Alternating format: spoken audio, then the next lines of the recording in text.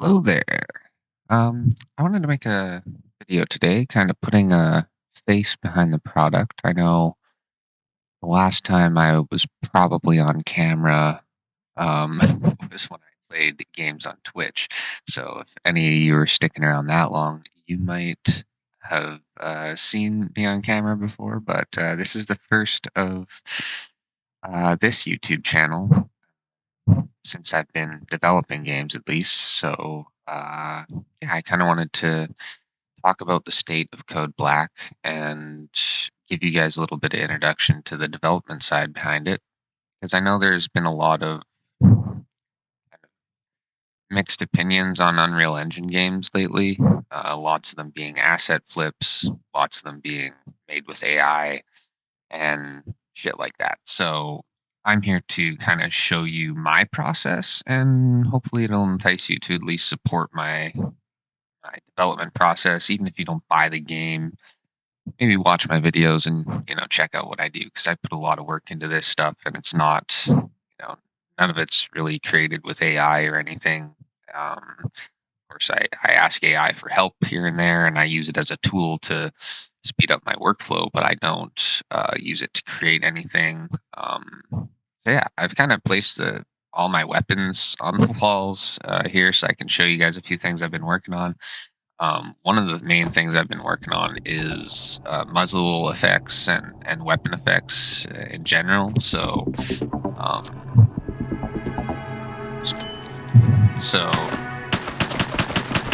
in the past, a lot of the muzzle effects kind of looked similar to this, and they do still look similar, but I have changed a few where they kind of have a bit of some have a blue effect to them. Let me turn down the game so I'm not talking over that here. So yeah, some of them will have a little bit more of a blue effect, and some of them will have completely different effects. So I'm currently working on that and improving the sounds as well for the reloads. So I have a friend that's slightly helping me out with making some sounds, because I'm not the greatest.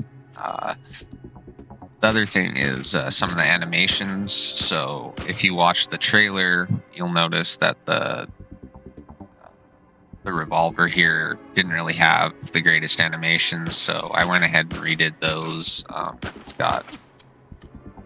It feels a lot better, and it's also kind of arcadey. He pops the thing out, because I got lazy, and I thought it was better to keep the speed of the reload a little bit quicker, since it's got less bullets than most of the other weapons, and it really doesn't do an exponential amount of damage. I've also been working on the LMG, so this thing is pretty much ready to go, including with akimbo. So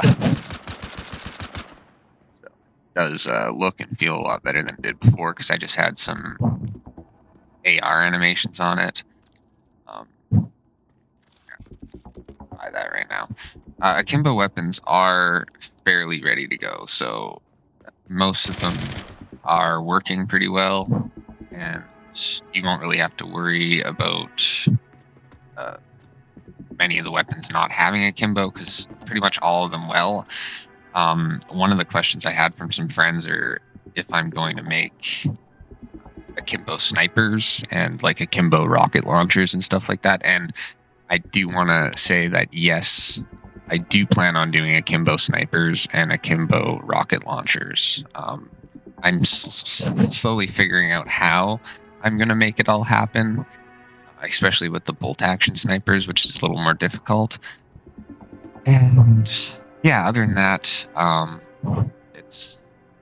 it is on the list of things I want to do. So the other thing I fixed is the weapon upgrades. So if you find the armories around the world, excuse me, you do have the option for rare, epic, legendary, and akimbo.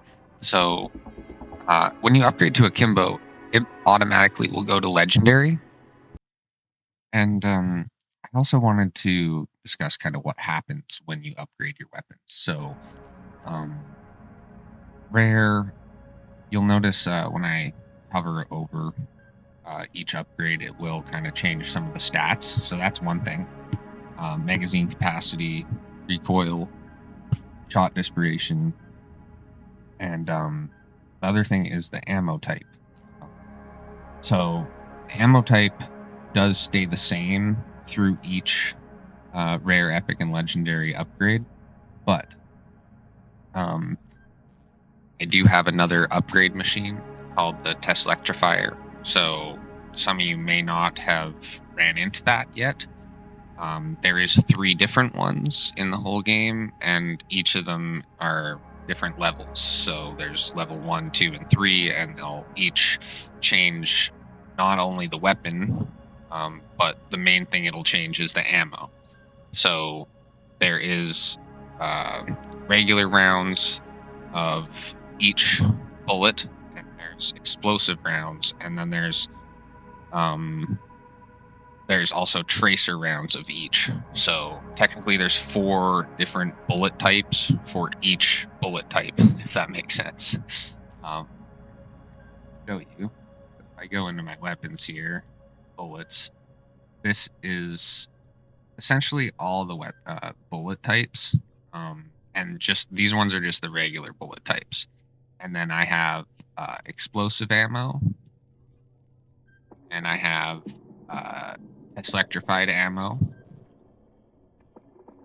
and I have energy ammo, which I'm still working on. But the explosive ammo is pretty much the best stuff you can get. If you can get the explosive X ammo, which you will notice will be printed here, and it will change the name of the ammo, so you'll see that. And the ammo is also located at the bottom of the screen here. So do keep an eye on that, because there will be quite a big difference in damage that's dealt. So with regular weapon upgrades, it mainly just changes the stats of the weapons and stuff. And I wanted to also discuss the damage and how that's laid out. So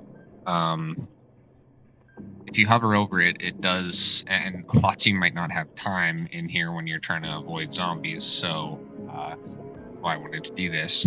So the way this is laid out is you have a min-max in the damage that it'll deal, and then a multiplier for that. So the min-max could just be where you hit the zombie.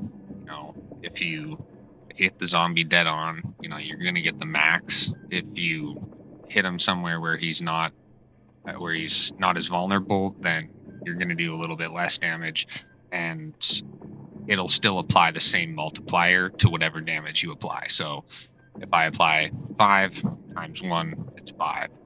And then with my akimbo weapon, you can see there's quite a big increase. It does 20 to 30 damage times by 1.4. So I could be doing a lot more damage with that. Other things on here is if you have akimbo, you'll notice an icon. There's also an icon for if it's silenced, and I have it drawn a blank here. I know there's another one that I have an icon for. I will also replace all the icons for the ammo. They won't just be lightning bolts. Upgrade machines, ability machines, I guess you could call them. So I am working on changing the artwork for these. It's together with AI because I didn't have anything to put there. But I do want to, and I will be replacing all of them before I release the game. It'll probably be this weekend, actually, because I'm working on them right now. So these are the test electrifiers. There is B1, T1, T2, and T3. So you may have only seen this one if you played the demo. The other 2 are in harder to find locations, and some of the locations are blocked off. They are randomly spawned. So nothing in the game is really procedural. It is designed in a way where these things will spawn at a few select spawn locations in the world. And they're usually around the same area. It's just to kind of keep things interesting. And So if you discover it in an area and you're like, oh, this isn't here this time, just keep looking around that same area, because most of the spawn points for them are in the general area. They'll just like, one time it'll be on this wall, one time it'll be upstairs. It's a little bit different that way. So if I go to, oh, I need some money. If I go to test electrify these things, of course that's broken. I have not seen that one before.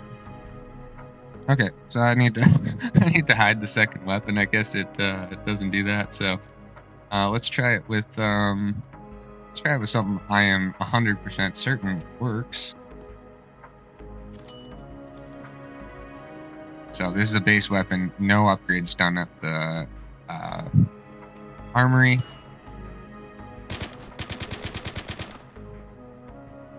You need to work on the effects for the explosive ammo as well. So I got a little bit gold camo here. I go, and this is still level 1. It's not rare or legendary or epic or whatever. If I go to upgrade it to level 2, get some cooler camos here. And then if I go upgrade it to level 3, after I get some money, because I'm broke. Yeah, and each one of them has slightly different materials on it, and slightly different effects. Maybe this one's, I like this camo. And the camos will also change when you go to upgrade it at the armory. So go here, and you can see I haven't done nothing there. Now I got a little bit of a blue moving camo.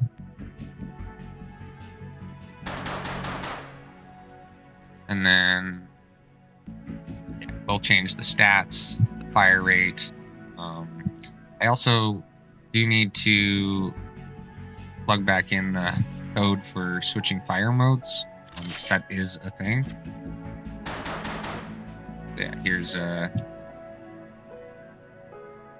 epic test electrified number 3, level 3, whatever you want to call it. I haven't really came up with a exact name. So this is pretty much the top of the line for this pistol. Holds 42 bullets. It's got 45 explosive tracer ammo. So I need to fix some of the tracer effects as well, but I have most of them done. I just need to some great weapons. So yeah, those are the kind of things that are work in progress. I wanted to leave effects and stuff kind of for the end, because I was more worried about the functionality of things. And I think that's, more important to anyone, is that they have a good experience.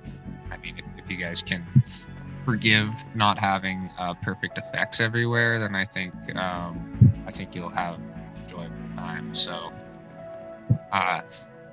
one thing I wanted to also mention was the flashlight system. So I did spend a lot of time kind of making the flashlight system work well. So every weapon will have a flashlight, and if it doesn't, then you have a flashlight on your chest. So if I switch to a weapon, it will automatically remember that you had the flashlight on, because many areas in the game will kind of require you, you might be in a dark corner or something like that, and you might always want the flashlight on.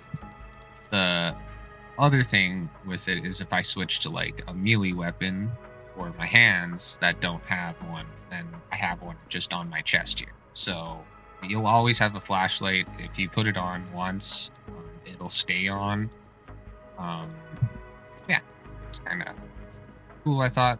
Some weapons also do have some cooler flashlights, like the NCR, for example, has a red one.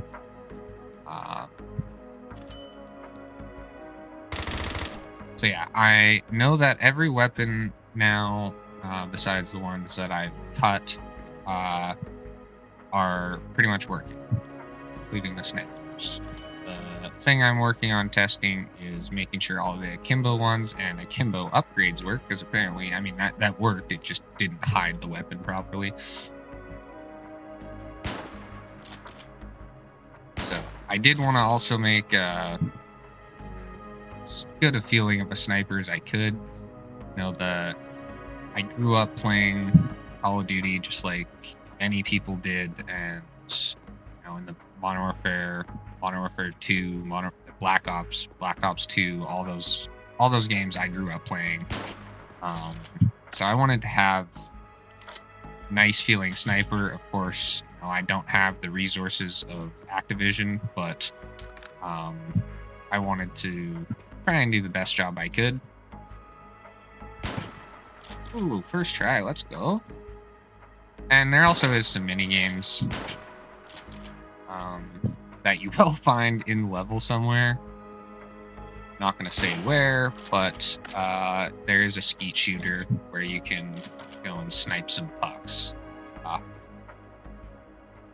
A hint is it's by some water, so you might not have found any water yet if you're playing the demo, but there is water.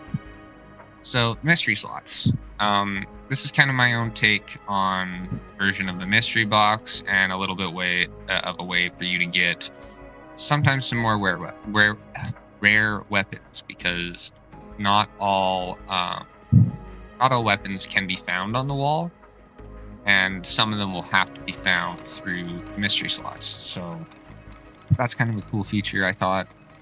And the difference with my take on this kind of mechanic is that you have 3 to choose from. So you can respin if you want.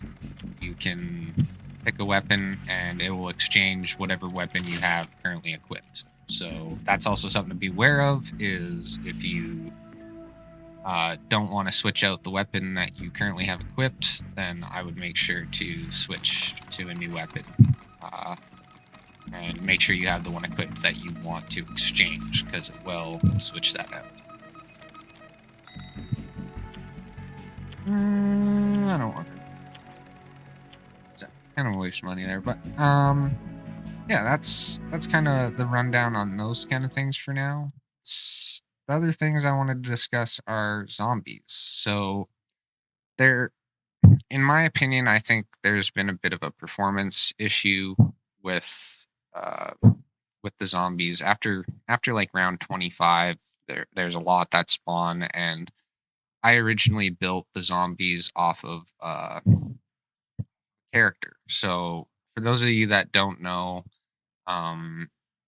there's two main different types of kind of characters, I would say, in Unreal Engine. There are pawns, and there is characters. And characters in Unreal Engine derive from a character movement component built by Unreal Engine. And the thing with the character movement component is it has a lot of... When you start spawning a lot of AI that have the character movement component, it really isn't good on the CPU. And a lot of things in the character movement component just really aren't needed for zombies. When I started this project, I thought I might need it, because I was like, oh, I want my zombies to do these really cool jumps, and I want them to be able to navigate really smartly and stuff like that. But I later figured out that I can achieve most of those things with a pawn. So what I'm actually doing right now, to show you guys the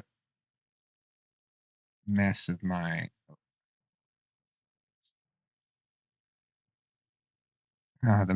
code. Well, actually, it's not a mess. I actually write some pretty clean code, in my opinion.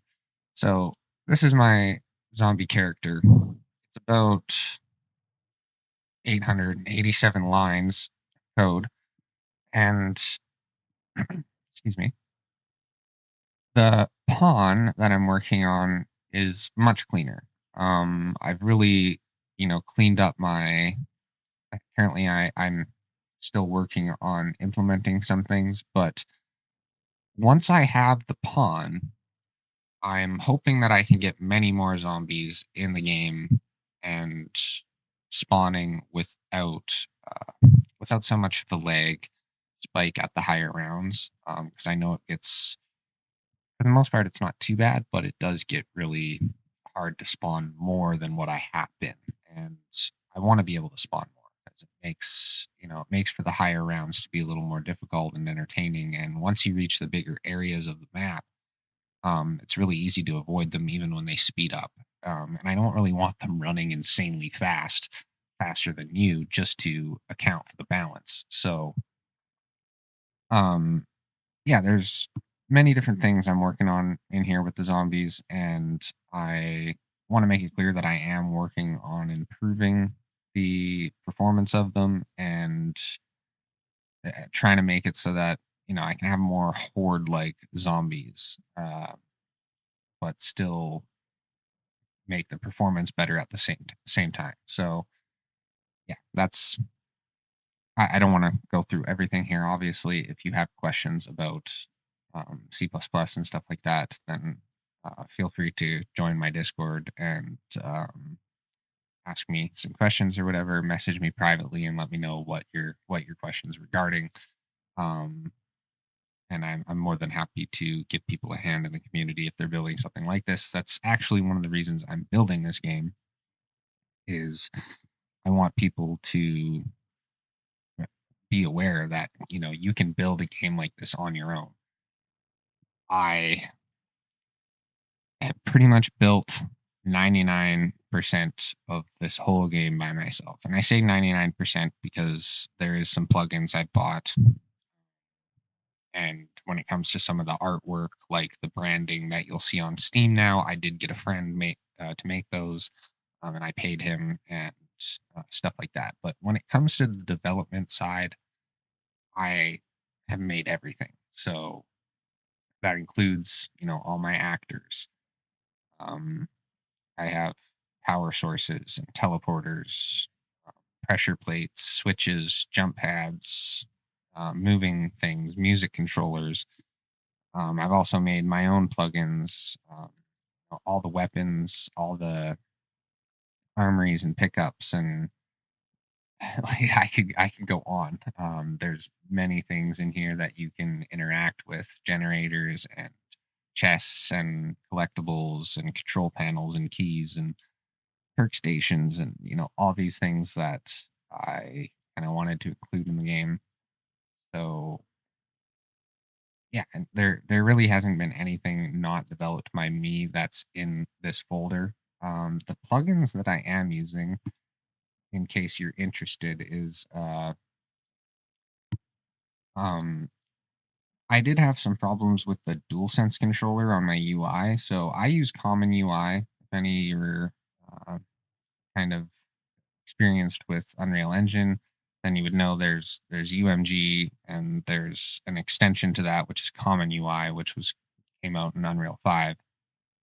And Common UI allows for a little bit easier of controller functionality setup with your UI. So I have used it for quite a while, and that's what all my UI is built with. So with that, I did have some problems navigating my UI with DualSense controllers. So I am using the DualSense Unreal Engine plugin, and that one can be found on Fab pretty easily. It's free, I believe, as well.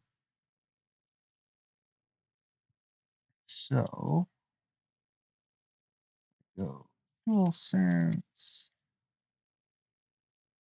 I think I'm using this one, controller support v2. Um, and it works really well.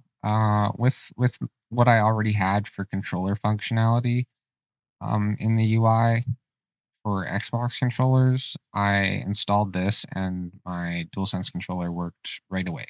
It was actually really nice. I didn't really have to do much at all.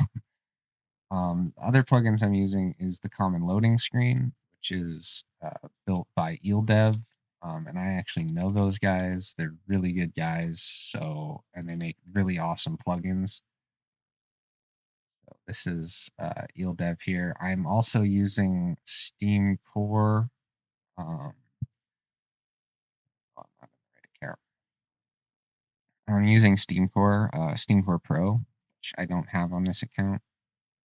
Oh, and I'm using EOS Core as well, which I plan on hooking up some EOS stuff in the future.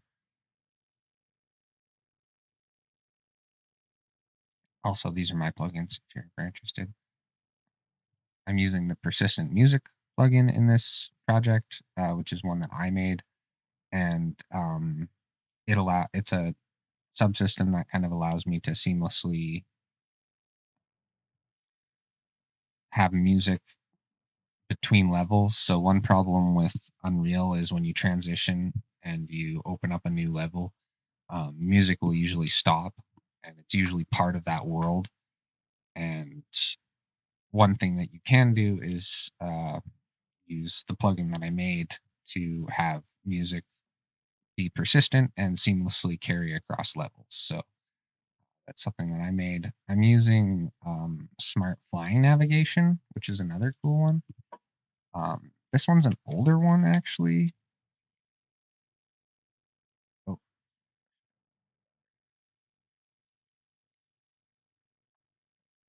yeah, this one's an older one. I actually reached out to this guy trying to get some help with some issues that I had, but these are what my gremlins use. So they kind of have a bit of a smart pathing system built into them. And yeah, this would have something like this would have taken me a long time to build on my own. So I decided to use a plugin for the navigation part of it. And I am using DLSS. Uh, I'm using Icon Creator and Mesh Blend, which Icon Creator is just handy in the editor for creating icons. And if anyone developing games is interested in that, it is this one specifically. It's kind of cool. You just place a mesh in the level, and you can take pictures of it. And it'll save out a texture in your project, which is a lot quicker than trying to take a screenshot and then remove the background in Photoshop or something like that, and then all of those fancy things. Most of us have probably been through that developed games. So yeah, on the non-technical side of things, I want to talk about the level because the level is still a work in progress, and I really want to work on the Easter eggs and get those finished because they're going to be one of the most enjoyable parts besides surviving as long as you can. They're I want people to have some side quests they can try and complete or some puzzles.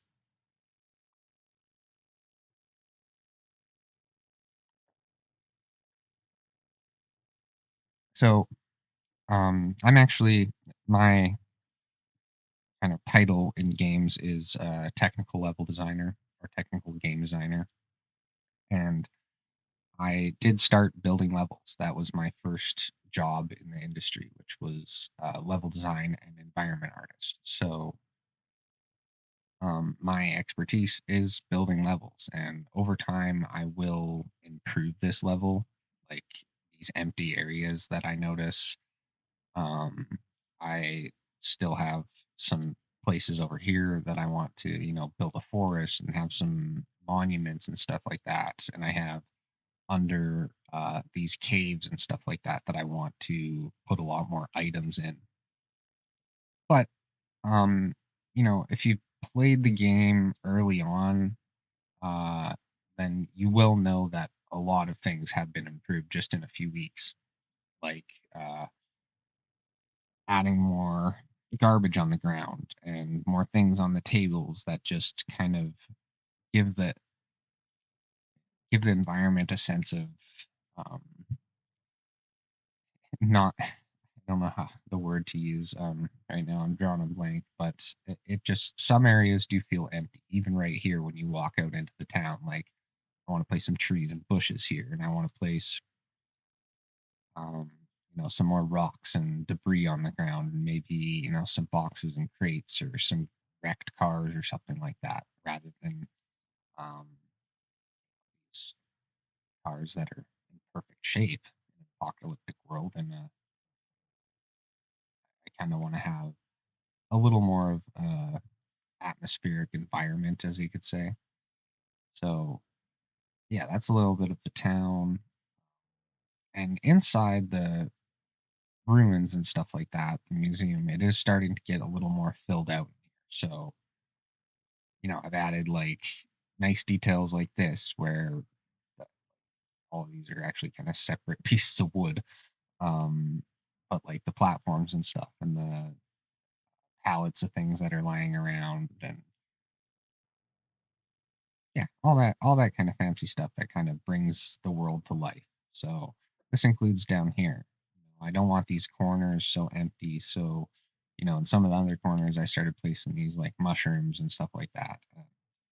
Um, at this point, I'm having a hard time finding um, the right making assets and finding the right things to place in certain locations. That's why some of it's remained a little empty because I want to give it the right feeling,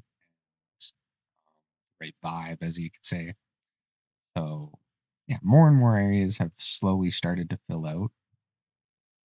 And I also wanted to have it where it kind of feels like the ruins being investigated by more modern teams. So, like that have discovered, uh, people that have discovered the ruins and decided to investigate it, and maybe it's archaeologists, maybe it's the government. You can kind of make up your own story on who it might be that's placed their generators and their lights down here to take a deeper look at what could be down here. And um, yeah, but your goal is to survive and kill zombies. So yeah, more and more areas are being worked on, and like this area, for example, it's become really filled out. I don't think I have to add much more except for maybe some debris on the ground or something like that that gives the floor a little more aesthetic. Um, this place could also use some debris. It's very, very clean, in my opinion. So maybe like some broken things on the floor and stuff.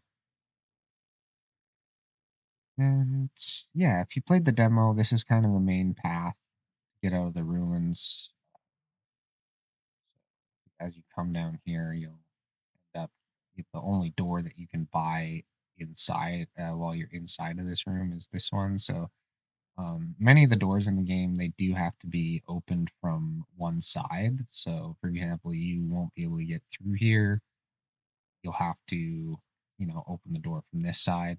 um, and some of the areas right now, because they're not uh, fully complete, and they might break the game because maybe they don't have enough spawn points for the zombies and stuff, so they end up getting stuck in some areas. But I am working on improving that and fixing all of that as soon as possible, and I don't really want to release the game until I have those things fixed, so that's why it's been taking a little bit longer.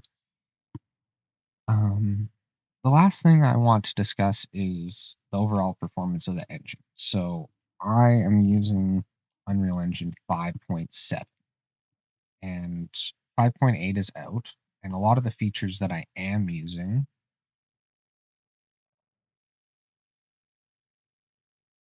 if I back up here, um, some of the features I am using, like Lumen and Nanite,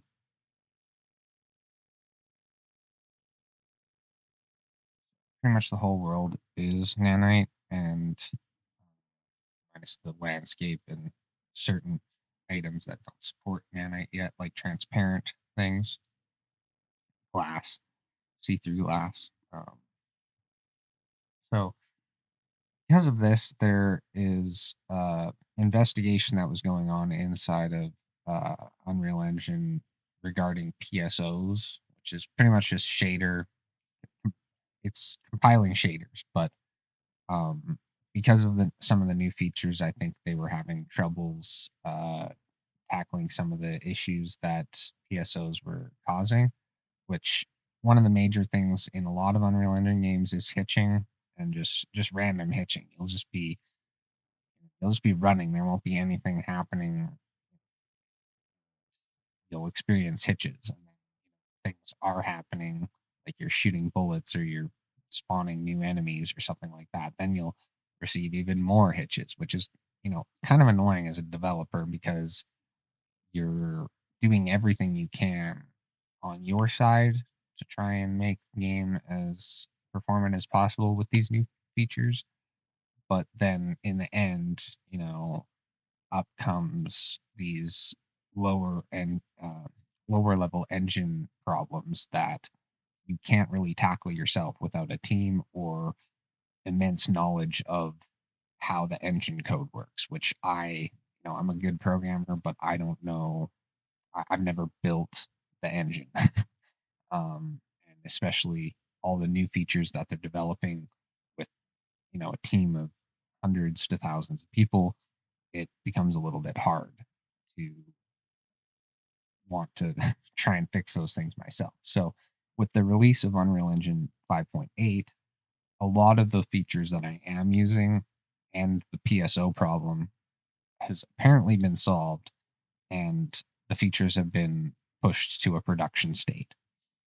So this also includes megalights, if you've ever heard of that, Lumen as well. So I believe me, like in editor, I get about 60 FPS while recording and having other things open. So I don't think that's very bad in editor. Usually I would get a 20 to 40% um, or 20 to 40 FPS increase in a packaged product. So once I actually build the game and package it out for Steam, I usually see quite a big increase and I get about 90 to 110 frames. So I don't think that's horrible as it is, but I'd still like to solve the hitching issues and the zombie performance and all of those things together with the production ready features in 5.8 like nanite, lumen, megalights, and some of the things that I am using with world partition and HLODs and stuff like that will drastically improve the performance of the game. And then, I'd be confident adding a lot more things without worrying about there being too much of a performance hit. So, yeah, that's the kind of development side of the game so far. And if you have any questions, feel free to let me know in the comments or join my Discord and ask me. And I'm more than happy to go deeper into my development process because there's a lot to unpack. I probably didn't even cover 5% of the things that are in the game. And um, yeah, hope you have a good day. And it was nice to meet you all. And I hope you guys wishlist Code Black and try out the demo. And if you think the demo is still in a very early state, which I think it is, wait till I release the full game and give it a go then. Thanks for watching.